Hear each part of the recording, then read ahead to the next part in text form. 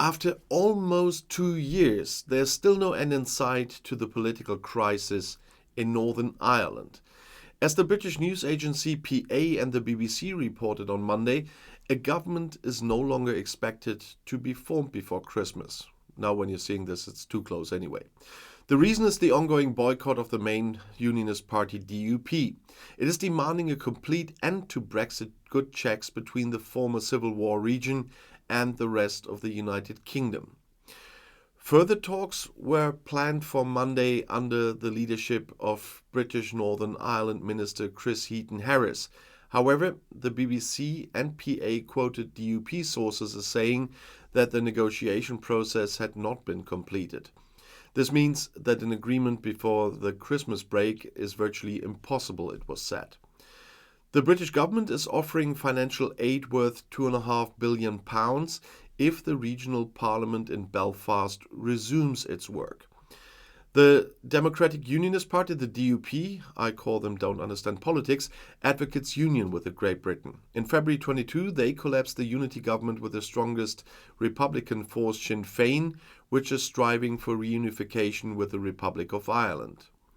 Power sharing between the two largest parties from both denominational camps is stipulated in the Good Friday Agreement, which ended decades of civil war in 1998. Great Britain and the EU Commission settled the dispute over the Brexit regulations for Northern Ireland with a new framework in February due to the DUP's concerns. The so-called Windsor framework is intended to ensure smooth trade between Great Britain and the region on the Emerald Isle. However, the DUP continues to insist on an end to all customs checks within the UK, and these had become necessary because of Brexit. So the DUP has been a major source of political instability in Northern Ireland since the implementation of the Northern Ireland Protocol.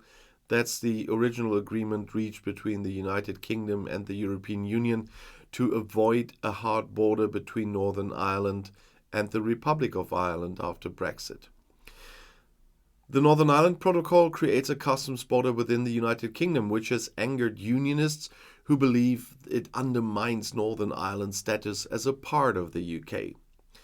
In February 2022, the DUP withdrew from the Northern Ireland Executive, the power-sharing government between unionists and nationalists in Northern Ireland, in protest of the Northern Ireland Protocol. And this has left Northern Ireland without a functioning government for almost 2 years now and has caused significant disruption in public services. The DUP has set out 7 tests that they believe the Northern Ireland Protocol must meet in order for them to return to the executive. And these tests include the removal of the European Court of Justice from its role in overseeing the Northern Ireland Protocol, the ability for the UK government to unilaterally override the Northern Ireland Protocol in certain circumstances, and the restoration of a fully functioning trade relationship between Northern Ireland and the rest of the UK. The UK government has refused to meet all of the DUP's demands, but has made some concessions. In October 2022, the UK and EU agreed on the Windsor framework, which aims to address some of the practical problems that businesses have been facing in Northern Ireland under the Northern Ireland Protocol. But the DUP has said that the Windsor framework is not enough and that they will not return to the executive until the protocol itself is scrapped or substantially rewritten. The DUP's refusal to return to the executive has been condemned by the British and Irish governments, as well as by the leaders of the other parties in Northern Ireland. They argue that the DUP's actions are undemocratic and are preventing Northern Ireland from having a functioning government. The DUP's position is also causing concern among businesses in Northern Ireland who are worried about the impact of the ongoing political instability.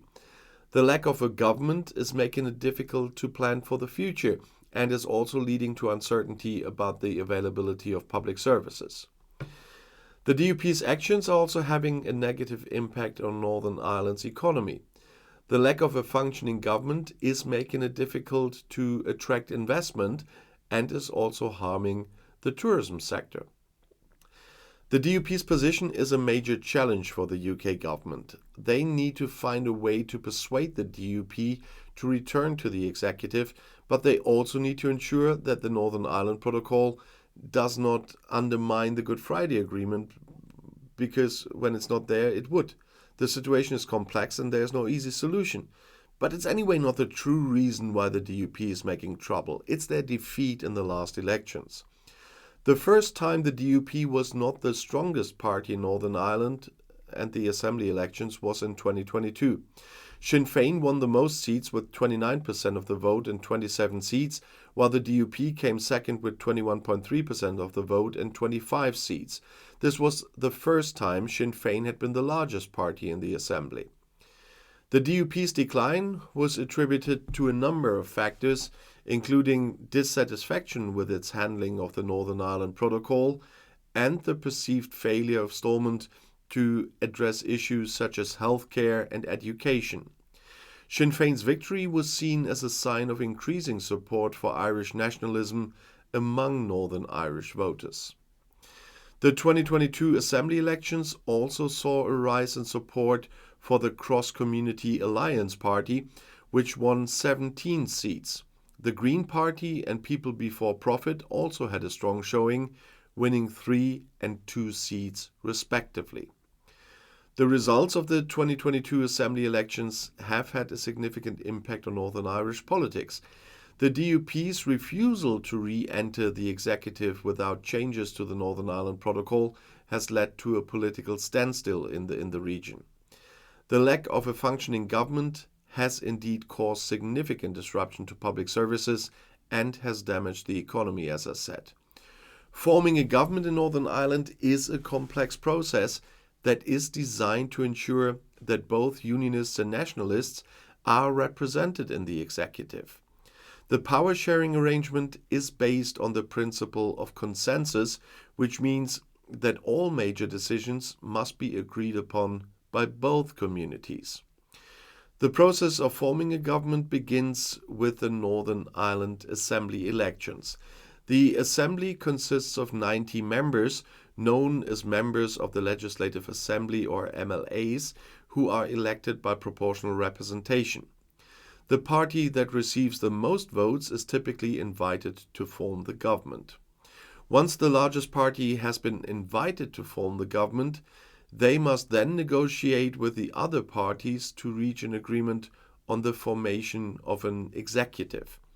This negotiation process can be lengthy and difficult, as it requires all parties to agree on the distribution of ministerial portfolios, the policy agenda, and the budget. If the parties are able to reach an agreement, they will then submit a program for government to the Assembly. This document outlines the government's priorities for the next term. If the Assembly approves the program for government, the executive is formed and the First Minister and Deputy First Minister are appointed. The First Minister and Deputy First Minister must be members of different political parties and must come from either the unionist or nationalist communities, so one from those and one from those. The First Minister is responsible for chairing the executive and representing the government to the outside world.